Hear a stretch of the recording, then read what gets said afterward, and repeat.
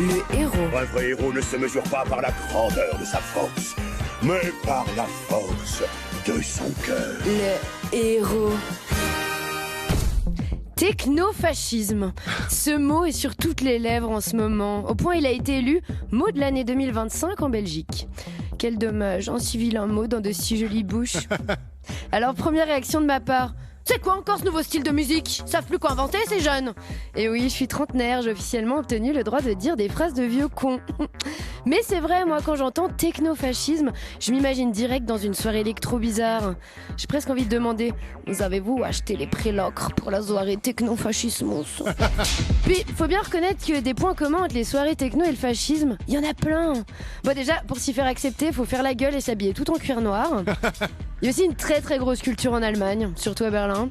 Puis tu te sens un peu sale et coupable quand on sort, mais tu recommences dès que t'en as l'occasion.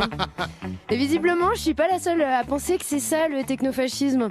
Quand j'ai annoncé mon sujet dans le groupe WhatsApp de la bande amateur, Franck a écrit « J'imagine Hitler et Goebbels au Berghain ». Alix Anzelin a répondu « Gay ». Et Philippe Battaglia a envoyé « Je l'imagine comme ça » avec le lien d'une vidéo, on voit un sosie d'Hitler déguisé en soubrette prendre un ananas dans le cul. Voilà. Écoutez, le casting... écoutez, le casting de cette émission, c'est le gratin de l'humour roman. Que des cadors. Et instinctivement, on pourrait avoir tendance à se dire la culture techno, c'est un truc de gauchias. Ça se marie pas hyper bien avec le fascisme. Sauf que depuis quelques temps, un nouveau phénomène est apparu dans les clubs, les gormiti. Ces mecs torse nu, super musclés, qui prennent toute la place sur le dance floor et dont les trois passions sont le fitness, la hard techno et surtout l'extrême droite. Alors est-ce que c'est ça le technofascisme ? Non, pas du tout. Je suis juste un peu conne. C'est tout sauf une contre-culture musicale nazie. Dommage, cette digression aura quand même duré pendant la moitié de ma chronique. Bon, vu qu'il me reste un petit peu de temps, j'ai quand même traité le sujet pour de vrai. L'euro de cette semaine, c'est donc le technofascisme. Mais Sabrina, c'est quoi le technofascisme ? Excellente question, Sabrina avec une voix débile. Alors accrochez-vous. Le technofascisme décrit une idéologie où les milliardaires de la tech utilisent des technologies, réseaux sociaux, IA, etc.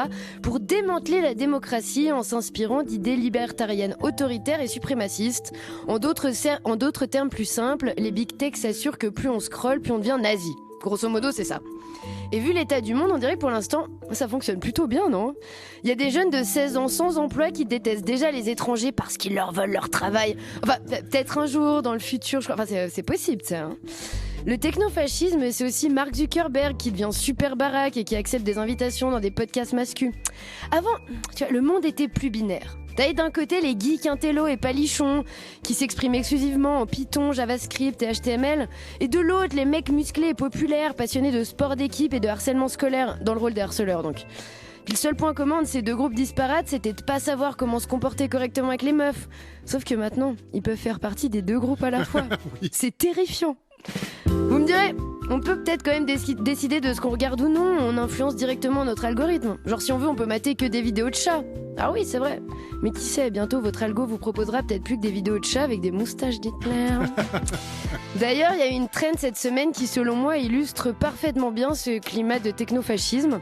Le principe, c'était de demander à ChatGPT qu'il représente par une petite image comment il se sentait traité par la personne qui l'utilise. Et tu obtenais soit un petit robot tout sourire, heureux de taffer, soit un robot triste et sale, attaché dans une cave avec des post-it « Do it faster » collés sur le front. Et grâce à ça, il y a des gens qui ont pris conscience de leur attitude de merde et décidé de changer. Bah tiens, ils découvrent l'empathie grâce à une IA. Ça fait des années que leurs potes ou leurs meufs leur disent que c'est des cons. Mais c'est grâce à un petit robot triste qui décide enfin de faire mieux. Je pète mon crâne. Pardon, je me suis peut-être un peu emportée. Bref, il y a des gens qui veulent toujours plus d'innovation technologique mais qui sont nostalgiques d'une époque rétrograde et liberticide. C'est marrant, leur vision du futur ressemble quand même drôlement au passé. Couleur noire.